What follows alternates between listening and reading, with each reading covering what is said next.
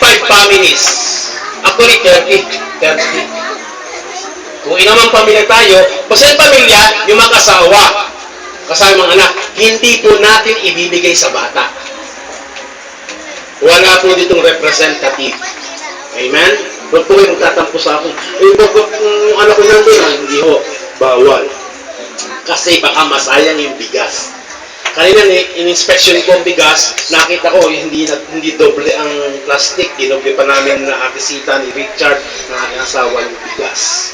Kaya i-text mo ang mga tao. Kasi magdasal ng lalagyan. Kasi anak, talagang handang-handa talaga si anak. Talagang mayroon siyang bag. Hallelujah. Kasi sayang yung bigas pag nabutas, plastic eh. Single lang kanina yan. Dinoble po namin ang balot. Kung bata, baka kung saan makapawasiwas lang. Sayang. Mahal ngayon ang bigas. Sa Maynila, 2 pesos ang allowed ng gobyernong itaas ng presyo. Dito, 5 piso ang itinaas, ibinaba pa ang quality. Iba ang Batangas, no? Iba ang Batangas. Pero salamat sa Diyos. I-pray din po kami. Para every Saturday, bigyan tayo nila ng biyaya. So, lagi tayo may biyaya. Amen?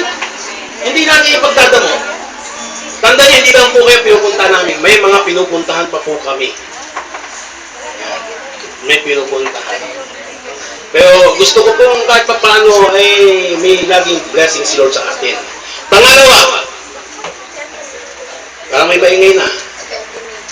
Pangalawa, ang Bible study time po natin alas 2. So bago mag alas 2, nandito na po kayo.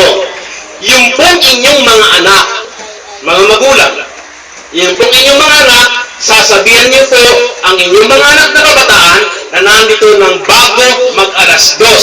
Yung pong grade 5 hanggang sa high school, si Pastor Weng ang magtuturo sa kanila. Nagsimula ba kayo kanina? Hindi, kasi umulan. Ayan. Di ba amnesty yan? So, simula sa Sabado, lilinis daw ni Kuya Job yung bahay kubo at doon kayo. Ayan. Ipapasabon daw yon, tatanggalin yung manok doon, iihaw na yata sa atin sa Sabado. Kasi sabi sa akin ibang kabataan, ay Pastor, may ganyan. Ay nawala na yung aso na may amoy. Ayan, nag-retire na eh. So, I challenge also, yung mga magulang naman, magkusa na kayong pumunta at kayo na po ang magsabon, mag-spray ng kubo. Ayan, huwag na kayo maghihintay. Kusahin natin, ariin natin ang lugar na ito. Atin ba ito? Ariin natin ang lugar na ito. Atin ba ito? Nag-get nyo? Nag-get nyo? Ibig sabihin, kusahin natin. Linisin. Pati po yung lugar ng mga bata, kusa. Yung blackboard, inagat ko yun, mahihiwala yung kaluluwa. Baka yung mga ibang lalaki, marunong mag-computer, pakiayos po yung blackboard, gagamitin po yun. Kung mapipinturahan yung blackboard, yung green board doon, kailangan po yun sa Bible study. At nakakaos ko na rin po si Kuya Og, at sabi niya, sa Sabado, okay na Pastor yan, hindi blackboard ang dadalhin natin dito sa iyo, yung whiteboard. Bibili daw siya ng whiteboard.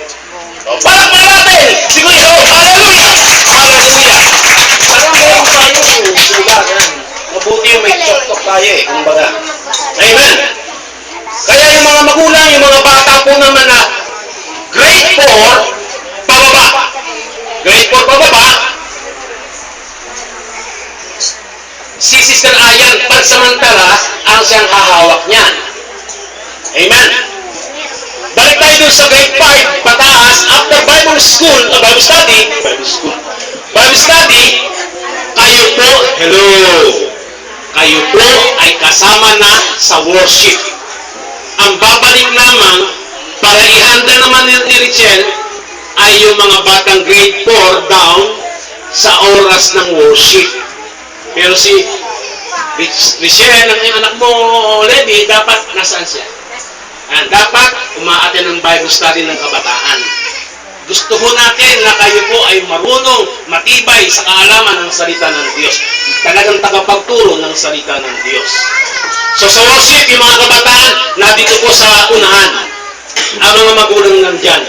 Yung mga bata, grade 4, pababa, nandun po ulit sa garahe para po itutuloy nila yung pag-aaral ng salita ng Diyos.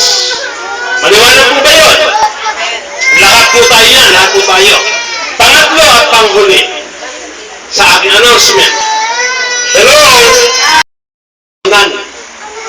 Pero pagkakain po natin ang ating aftercare. Mga lalaki, pakilinis ko ang ating simbahan. Malalakihan yan, ha? Malalakihan. Kabataan! Mga kabataan, saan kami ng kabataan nanditong babae at lalaki? Nasaan si Kaibit? Yung anak mo, anak? May sakit. Ba? Pasama ka kabuhay ng mga kabataan? Isa? Dalawa? Tatlo? Ikaw, tapos mamay, ba't ikaw? Ano? Kasama ka? Ano ba? Kayo ang maglulo, maglilinis ng pinggan. Kayo sa kitchen. Linisin yan, ha? Oh, nagpasal ka, may kabataan ka. Kasama ka niya, ikaw ang pinakamayodo mo dyan.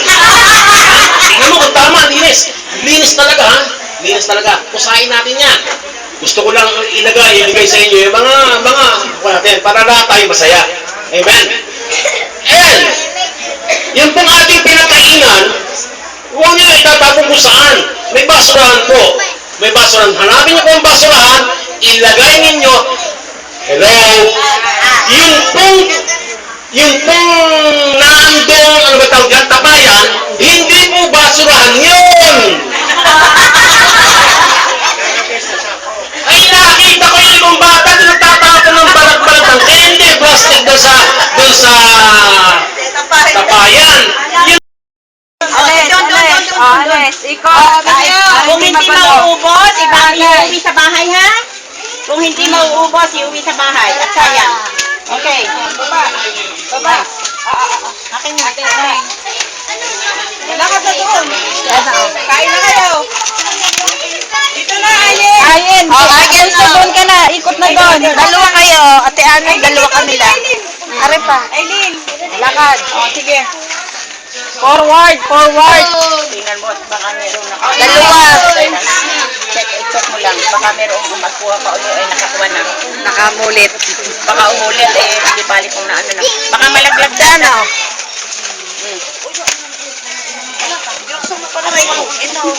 Sige na, lakad. Ate Ana. Basta yung isa, ay, ano lang yung sa ilan at malambot.